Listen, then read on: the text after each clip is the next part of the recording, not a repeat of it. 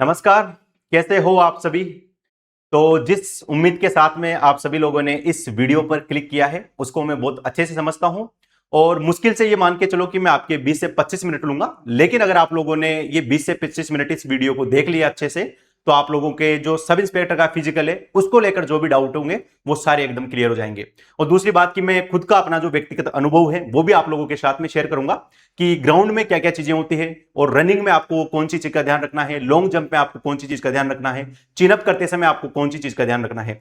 क्योंकि पिछली बार मैंने एक चीज नोटिस की थी कि बहुत सारे लोग ऐसे थे जिनके बहुत अच्छे नंबर थे रिटर्न में, लेकिन उसके बावजूद भी उनका फिजिकल क्वालिफाई नहीं हो पाया और वो ग्राउंड में रोने तक लग गए थे क्योंकि उन्होंने इतनी सारी मेहनत की थी, उनका सपना था सब इंस्पेक्टर बनने का, लेकिन उनकी कुछ गलतियां ऐसी थी जिनकी वजह से वो फिजिकल में क्वालिफाई नहीं कर पाए। तो मैं चाहता हूं कि ये गलतियां कम से कम आप लोग ना करें। सिलेक्शन नहीं होता है वो बात अलग है, लेकिन अपनी तरफ से कोई भी मिस्टेक यहां पर नहीं होनी चाहिए फिजिकल के मामले में। तो और ये जो इस बार अपॉर्चुनिटी आपके पास में, ये जो मौका है, ऐसे मौके मुझे नहीं लगता कि आते हैं। इस बार सिनेरियो थोड़ा सा अलग बना हुआ है। जीके जीएस वाले पेपर में बहुत सारे लोग क्वालिफाई नहीं कर पाए जबकि उनके हिंदी वाले पेपर में बहुत अच्छे नंबर थे। तो जो क्वालिफाई कर रहे हैं अच्छे से उनको तो फिजिकल की प्रिपरेशन करनी ही चाहिए अच्छे से। और आगे मैं थोड़ा सा बता भी दूंगा कि कितने मार्क्स अगर आपके हैं तो आपको पूरा सीरियस तरीके से करना चाहिए। और दूसरी बात की इंटरव्यू की जो कट ऑफ है वो किस आधार पर बनती है और उसके लिए आपको फिजिकल में कितने मार्क्स होने चाहिए, ये सारे जो भी डाउट होंगे वो सारे इस वीडियो में क्लियर कर दूंगा। और उसके बाद में अगर आप लोगों के भी कोई डाउट है इससे संबंधित, चाहे इंटरव्यू जैसा मामला हो, वो भी फेज मैंने अनुभव किया हुआ है, तो चाहे वो मामला हो, चाहे फिजिकल का मामला हो, या फिर कोई भी ऐसा डाउट है आप कमेंट में पूछ सकते हैं। मैं आराम से कमेंट में हो सकता है कि आपका जवाब दे दूंगा। अगर आपके कमेंट ज्यादा होंगे, अलग अलग तरीके के सवाल होंगे, तो हो सकता है कि इससे संबंधित एक और वीडियो हम इसके संबंध में लेकर के आए। जनरली जब आपने देखा होगा तो मैं इस तरह के वीडियोस बहुत कम बनाता हूं, ज्यादातर वीडियोस मेरे पढ़ने वाले होते हैं। लेकिन मुझे पर्सनली ये फील हुआ बहुत सारे लोगों को अपने आसपास बात करते हुए कि वो फिजिकल को बहुत लाइटली ले रहे हैं कि इसको तो मैं कर दूंगा जबकि उनके नंबर बहुत अच्छे हैं। तो मैं चाहता हूं कि ये गलती आप लोग ना करें, इसलिए मैं अपना पूरा एक्सपीरियंस आप लोगों के साथ में यहां पर शेयर करूंगा। ठीक है, चलो अब देखो ये बेसिक सा इसका सिलेक्शन प्रोसेस है, ये आप सभी लोगों को पता है, लेकिन एक बार मैं आपको थोड़ा सा इसके बारे में बता देता हूं, आगे ये सारी चीजें हमारे काम आएगी। सबसे पहली बात है कि इसमें पहला प्रोसेस है रिटन एग्जाम होता है, फिर रिटन एग्जाम के बाद में फिजिकल होता है, फिजिकल के बाद में होता है इंटरव्यू, और इंटरव्यू के बाद में आपका क्या होता है, फाइनल सिलेक्शन होता है। दो पेपर होते हैं, पेपर फर्स्ट और पेपर सेकंड। पेपर फर्स्ट होता है हिंदी का, पेपर सेकंड होता है जीके जीएस का, जिसकी वजह से बहुत सारे लोग इसमें डिस्क्वालीफाई हो गए। पेपर फर्स्ट में भी 36% नंबर लाना जरूरी है, पेपर सेकंड में भी 36% नंबर लाना जरूरी है। दोनों पेपर 200-200 नंबर के होते हैं और कंबाइंड आपको 40% लाना जरूरी है। और रिटर्न का एग्जाम कितना होता है, रिटर्न एग्जाम हमारा होता है 400 नंबर का। फिर उसके बाद में अगला इवेंट आता है इसका फिजिकल का। जो रिटर्न एग्जाम क्वालिफाई करते हैं तो जितने पद होते हैं उसका 20 गुना जो है वो फिजिकल के लिए बुलाए जाते हैं। अब फिजिकल कितने नंबर का होता है, 100 नंबर का होता है। और फिजिकल में भी एक जनरल कैंडिडेट है, उसको 50 नंबर लाना कंपलसरी है। अगर उसने 50 नंबर फिजिकल में नहीं लेकर के आता है, चाहे उसके रिटर्न में कितने भी अच्छे मार्क्स है, वो आगे की प्रक्रिया में शामिल नहीं हो पाएगा। तो यहां पर 50 नंबर लाना कंपलसरी है। और फिर उसके बाद में आता है आपका इंटरव्यू। तो जैसे यहां पर 20 गुना बुलाया गया, उसी तरीके से जितने पद हैं उसका 3 गुना जो है वो इंटरव्यू के लिए बुलाया जाता है। अब इसमें मेरिट तय होती है फिजिकल के आधार पर, क्योंकि मान लो 1000 पद है, 3000 लोगों को इंटरव्यू के लिए बुलाना है और क्वालिफाई हो गए 10,000 लोग फिजिकल में, तो अब कैसे होगा। तो जो टॉप 3000 लोग होंगे उनको किसके लिए बुलाया जाएगा, इंटरव्यू के लिए बुलाया जाएगा। लेकिन वो मेरिट कैसे बनेगी, तो वो मेरिट बनेगी 400 तो रिटर्न के नंबर होंगे और 100 नंबर किसके होंगे, फिजिकल के होंगे। यानी 500 नंबर में से आपको इंटरव्यू के लिए मेरिट बनेगी। समझ गए आप कि फिजिकल के नंबर जो हैं वो इंटरव्यू तक पहुंचने तक जुड़ते हैं। तो यहां पर 400 तो रिटर्न के हो गए, 100 नंबर फिजिकल के हो गए, और इन 500 नंबर में से आपको कट ऑफ बनेगी किसके लिए, इंटरव्यू के लिए। जैसे मान लो इंटरव्यू के लिए आप क्वालिफाई हो गए। अब इंटरव्यू होता है 50 नंबर का। 50 नंबर में से भी 42 नंबर किसके हैं, तो जनरल कैंडिडेट के लिए हैं, और 8 नंबर उसको मिलते हैं जिसके कुछ डिप्लोमा वगैरह होता है। यानी अगर आपके पास में कोई भी डिप्लोमा नहीं है तो आपको 42 में से आपको नंबर मिलेंगे, जो भी मिलेंगे। इसमें भी जो 50 नंबर है उसमें 36% एक जनरल कैंडिडेट को लाना कंपलसरी है। अगर वो इससे कम नंबर लेकर के आता है वो डिस्क्वालीफाई हो जाएगा। तो यहां पर जो 18 नंबर है इंटरव्यू में, वो तो कम से कम आपके पास में होने चाहिए, यानी आपको लेकर के आने हैं। सबसे इंटरेस्टिंग बात की बहुत सारे लोग फिजिकल में बहुत अच्छे हैं, फिजिकल में उन्होंने बहुत अच्छा स्कोर करेंगे, लेकिन एक बात याद रखना है कि फिजिकल आपको कि सिर्फ इंटरव्यू तक पहुंचा सकता है, फाइनल सिलेक्शन फिजिकल आपका नहीं करवा सकता। लेकिन अगर आपने फिजिकल में गड़बड़ की तो आप इंटरव्यू तक पहुंचेंगे नहीं, तो आगे की प्रक्रिया में शामिल कैसे होंगे। अभी मैं एग्जाम्पल भी दूंगा इसका कि किस किस तरह के कैंडिडेट्स उसमें डिस्क्वालीफाई होते हैं। अब जैसे मान लो इंटरव्यू है तो फाइनल मेरिट जो आपको बनेगी वो बनेगी एक तो दोनों पेपर के 400 नंबर में से और एक इंटरव्यू के जो 50 नंबर है उनमें से, यानी फाइनल फाइनल मेरिट बनेगी आपको 450 नंबर में से।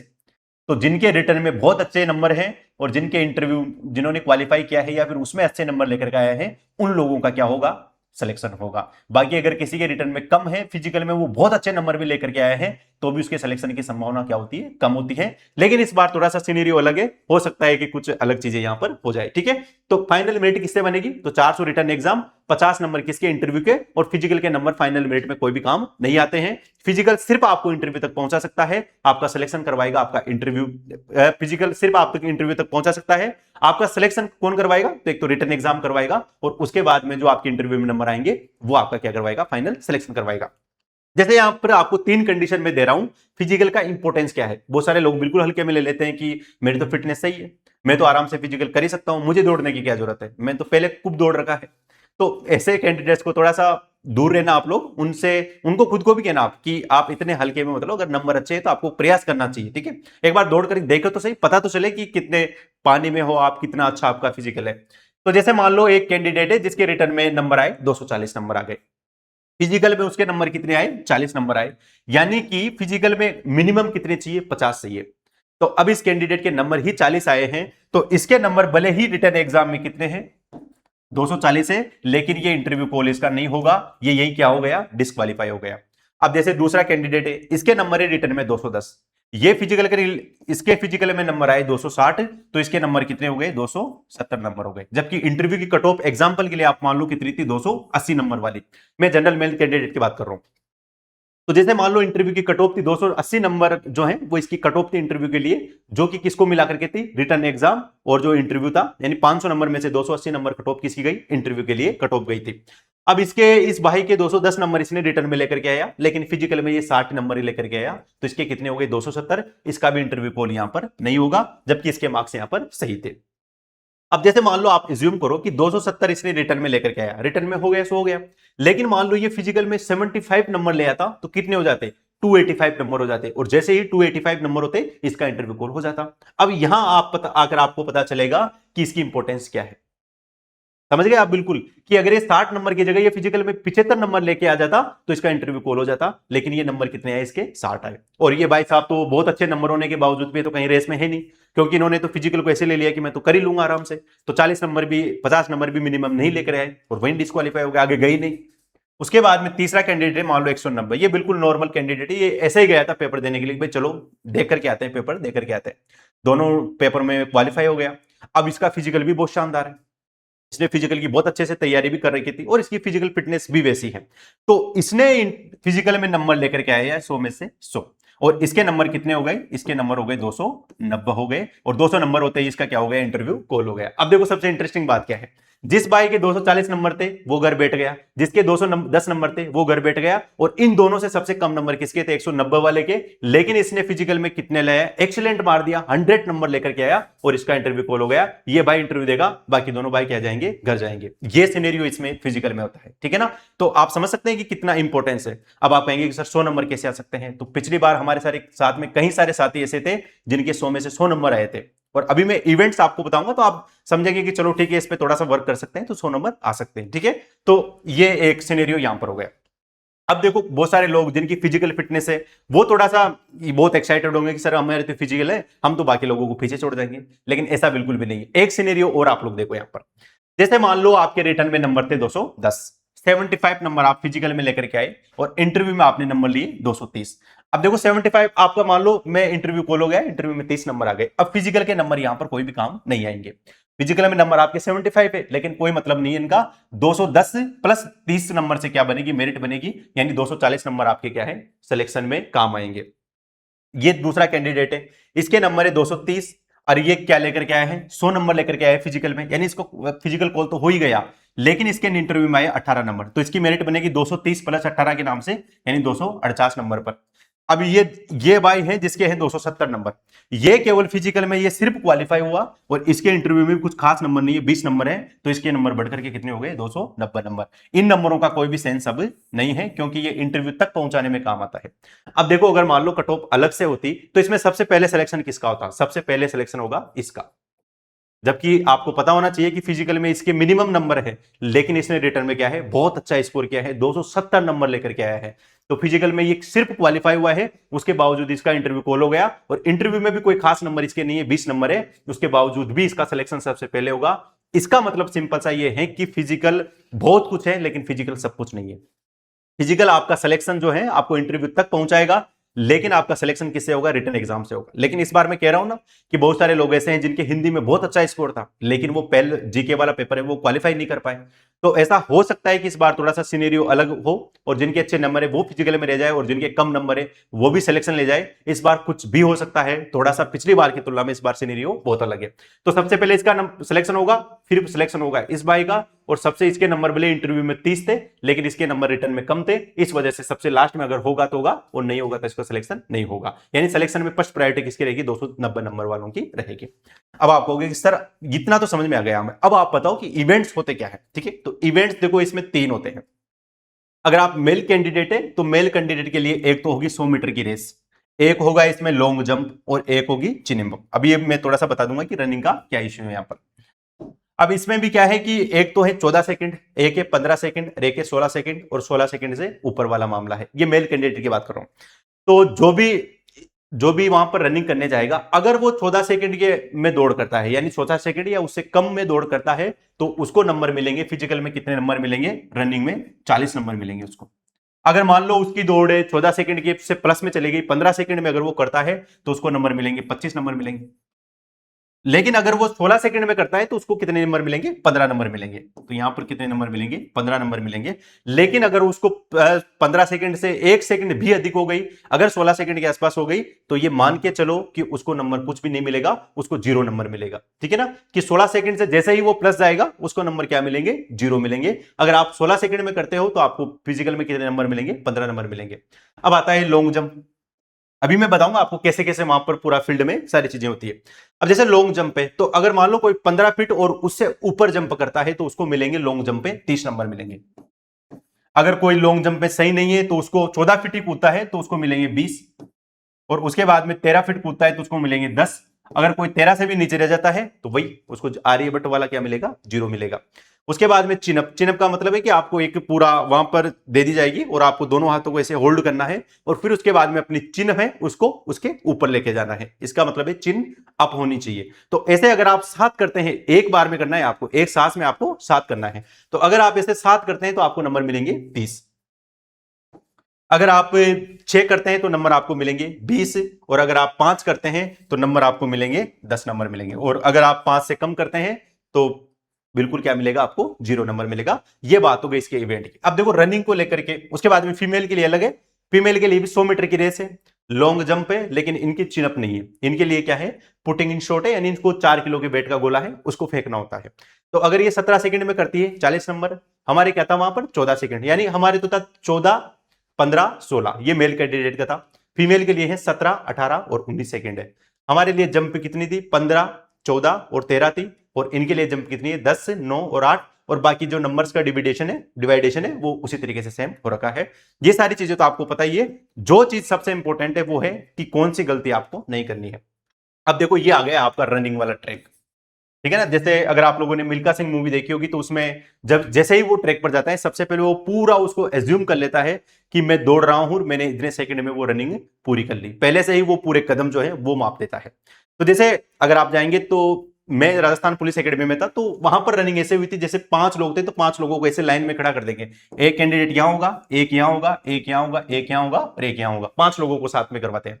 अब जैसे मान लो पहले ही आपको कह दिया जाएगा कि आपको अपनी जो लाइन है वो क्रॉस नहीं करनी है। इसका मतलब सिंपल सा है कि आपको इसी लाइन के भीतर भीतर दौड़ना है। ये इसी लाइन के भीतर दौड़ेगा, ये इसी लाइन के भीतर दौड़ेगा, और ये इसी लाइन के भीतर दौड़ेगा। इसको आपको लाइन जो है इधर नहीं आना है ताकि दूसरा बिल्कुल डिस्टर्ब भी ना हो। और उसके बाद में आगे आपके सामने एक पॉइंट रहेगा, आपके चिप वगैरह रहेगी, तो जो एक एक सेकंड को क्या करती है? आपके मेजर करती है। 1 सेकंड ऊपर नीचे हुई तो ये मान के चलो कि चिप को पता लग जाता है। अब जैसे मान लो कोई ए कैंडिडेट है, बी कैंडिडेट, 3, 4 कैंडिडेट यहां पर रनिंग करने के लिए शुरू करते हैं, फिर वो आगे रनिंग करते हैं, और उसके बाद में वहां पर 100 मीटर पर वो लगा रहता है, वहां पर जाकर के उनकी रनिंग फिनिश हो जाती है। फिर उसके बाद में उनकी चिनअप होती है, और सबसे लास्ट में क्या होता है? लॉन्ग जंप होता है।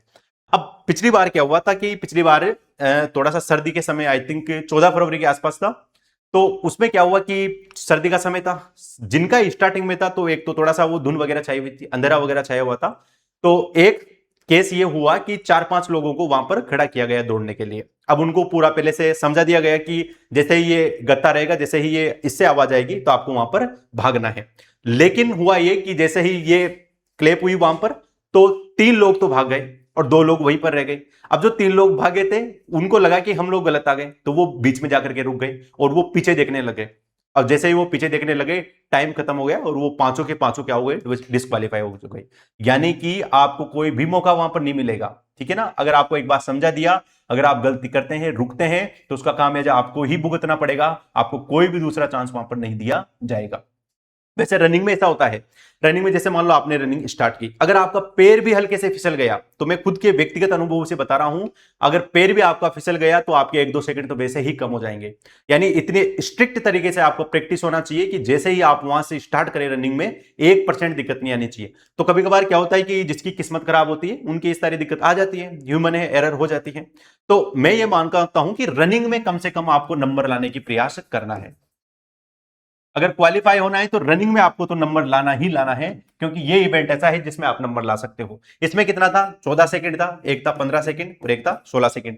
अब 14 सेकंड लाएंगे तो 40 नंबर मिलेंगे, 15 में करेगा तो 25 मिलेंगे और 16 में करेगा तो कितने मिलेंगे, 15 मिलेंगे।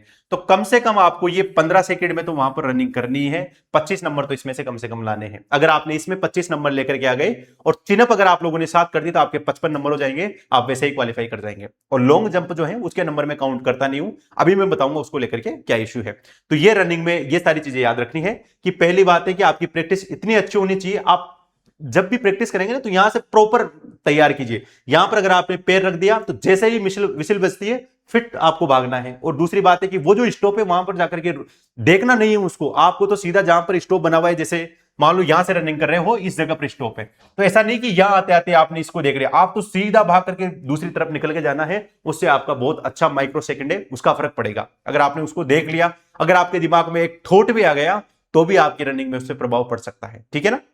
मैं जब तक मैंने सिंपली एक चीज फॉलो की थी कि मेरे साथ में 4-5 लोग थे, मुझे नहीं पता था कि कितने सेकंड में हुई, लेकिन मेरा टारगेट ये था कि इनमें से किसी से भी पीछे नहीं रहना है, सबसे आगे जाना है, कोशिश करनी है, नहीं तो कम से कम बराबर तो इनके चलना ही है। अगर एक की भी रनिंग अच्छी होगी तो अपनी रनिंग वैसे हो ही जाएगी, ठीक है।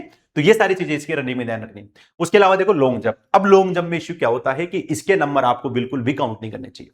बहुत सारे लोग ऐसे हैं जो इनके भरोसे चले जाते हैं कि मैं तो चिन अप नहीं करूंगा, मेरा शरीर भारी है, मेरा वेट ज्यादा है, मैं तो जंप जो है वो कर सकता हूं। अब देखो जंपिंग में क्या है कि जंपिंग तो किस्मत की बात है, अगर आपका पैर वहां पर सही आ गया तो आपकी जंप अच्छे से हो जाएगी, अगर नहीं आया तो आपकी जंप रह जाएगी।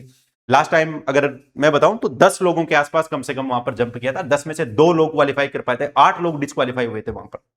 और इसलिए नहीं हुए कि उनको कूदा नहीं गया, इसलिए हुए क्योंकि उनका पैर सही नहीं आया, कोई वहां से भागा, वो वहां बीच में रुक गया तो वो डिस्क्वालीफाई हो गया। दूसरी बात, एक चांस है केवल, ये सबसे तगड़ी बात। अगर आप दिल्ली पुलिस जैसे एग्जाम में देखोगे तो वहां पर 3 चांस मिलते हैं, सब इंस्पेक्टर के एग्जाम में केवल एक ही चांस मिलता है। अगर आपने जंपिंग सही की तो ठीक है, नहीं की तो आप घर जाओ सीधा, आपको उसके कोई भी नंबर वहां पर नहीं मिलेंगे। तो जैसे ये ट्रैक होता है वहां पर जंपिंग का, इतना अच्छा तो नहीं होता लेकिन फिर भी आप देख सकते हो। ये क्या है, पूरा एरिया दिया जाएगा आपको दौड़ने के लिए और एक गत्ता आपके पास में वहां पर लगा दिया जाएगा ऐसा वाला, चाहे कुछ भी वहां पर आपके रखें ऐसा लगा दिया जाएगा और कहेंगे कि आपको इसके भीतर भीतर ही जाना है। ये जो ब्लू लाइन है वहां पर लाइन नहीं होती, वहां पर गत्ता होता है, उसको क्रॉस बिल्कुल भी नहीं करना है, उस पर पैर आपका आना ही नहीं चाहिए, आपको यहीं से जंप करना है। जैसे ही आप यहां से जंप करेंगे आगे आपकी मार्क वगैरह लग जाएगा कि कहां तक आपने जंपिंग की है और उसके बाद में आपको नाप करके दे जाएगा। अगर आपने इसको टच कर दिया तो आपके 0 नंबर है, आप फाउल है, फाउल हो गए, आप वहां पर नहीं कर सकते। जैसे मान लो आपने रनिंग की, आपका लेफ्ट पैर स्ट्रेंथ है, आप लेफ्ट पैर को रख करके जंप करते हैं, लेकिन वहां पर आपने रनिंग की और किस्मत से संयोग से राइट पैर आ गया तो आपकी जंपिंग उतनी अच्छी हो ही नहीं पाएगी, ठीक है ना।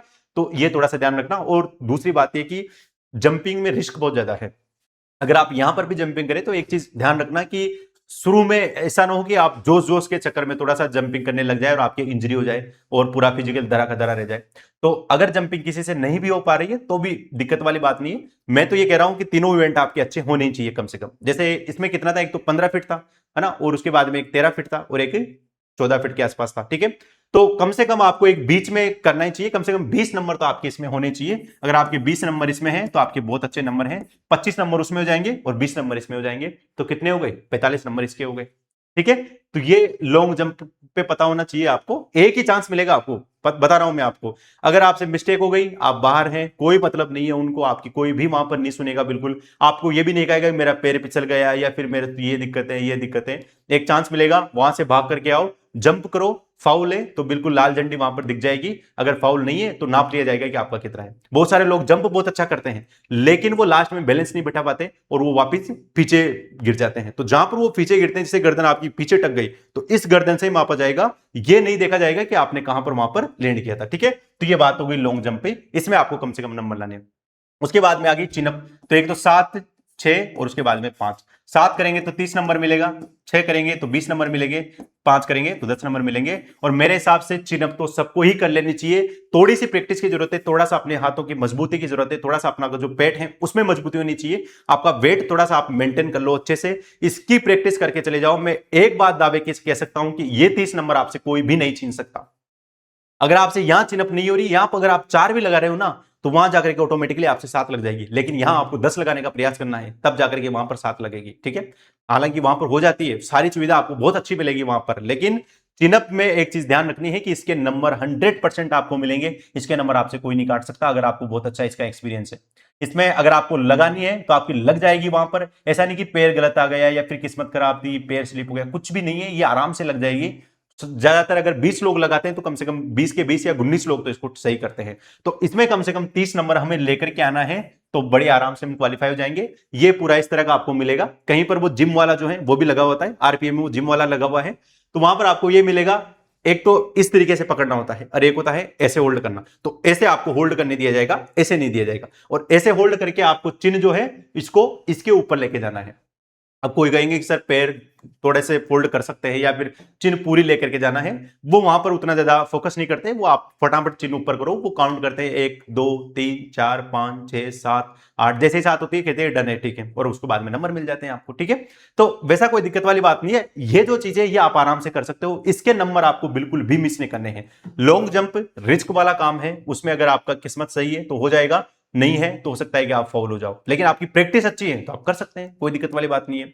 लेकिन इसके 30 नंबर आप फिक्स कर लो और उसके बाद में 15 सेकंड में हमें रनिंग करनी है, तो कम से कम 55 नंबर तो हमारे इसमें होने चाहिए। बाकी मैंने आपको कहा था कि जितने अच्छे नंबर आपके होंगे उतने ही आपके इंटरव्यू में जाने के चांसेस बढ़ जाएंगे। तो आप तीनों को इवेंट को बहुत अच्छे से कर सकते हैं। ठीक है, उसके बाद में एक सबसे इंपॉर्टेंट बात की कट ऑफ, जो आप लोग मुझे लगता है कि देखने आए हो कि कट ऑफ कितनी रह सकती है इंटरव्यू के लिए या फिर किस तरीके से बनती है। तो मैंने कहा था कि 400 रिटर्न के नंबर हैं और 100 नंबर का फिजिकल होता है। 500 नंबर में से क्या बनती है इंटरव्यू के लिए, कट ऑफ बनती है। तो इस बार सिनेरियो अलग है, तो मैं कोई भी प्रिडिक्शन इस बार नहीं करूंगा, लेकिन मैं इतना कह सकता हूं कि जिनके रिटर्न में 220-30 नंबर के आसपास है, उनको 100% फिजिकल की बहुत अच्छे से तैयारी करनी चाहिए। उनके अच्छे खासे सिलेक्शन के चांसेस है। जिनके नंबर कम है लेकिन वो क्वालिफाई हो पा रहे, उनको भी करनी है। क्योंकि मान लो जैसे आपके नंबर कम है, अगर आपने फिजिकल नहीं दिया तो वैसे ही फेल हो आप। लेकिन अगर आपने फिजिकल दिया और फिजिकल में पास हो गई तो हो सकता है कि आप आगे प्रोसेस में सफल हो जाओ। 10% तो चांस है ना, लेकिन फिजिकल में डिस्क्वालीफाई हो गए तो आपके सिलेक्शन के चांसेस कितने हैं, 0%। ठीक है, तो जिनके कम नंबर है वो बिल्कुल भी डिमोटिवेट नहीं हो। इस बार का जो समीकरण है वो थोड़ा सा अलग है। हो सकता है कि जिनके कम नंबर है उनका भी सिलेक्शन हो जाए।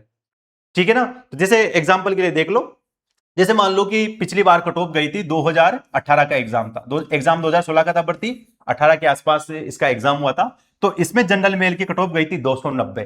फिर उसके बाद में जो इंटरव्यू के लिए कट ऑफ गई थी वो कट ऑफ गई थी 307 नंबर के आसपास, यानी 106 नंबर के आसपास कट ऑफ क्या ये थी, बड़ी थी। यहां से सीधा 106 नंबर के आसपास कट ऑफ बड़ी थी।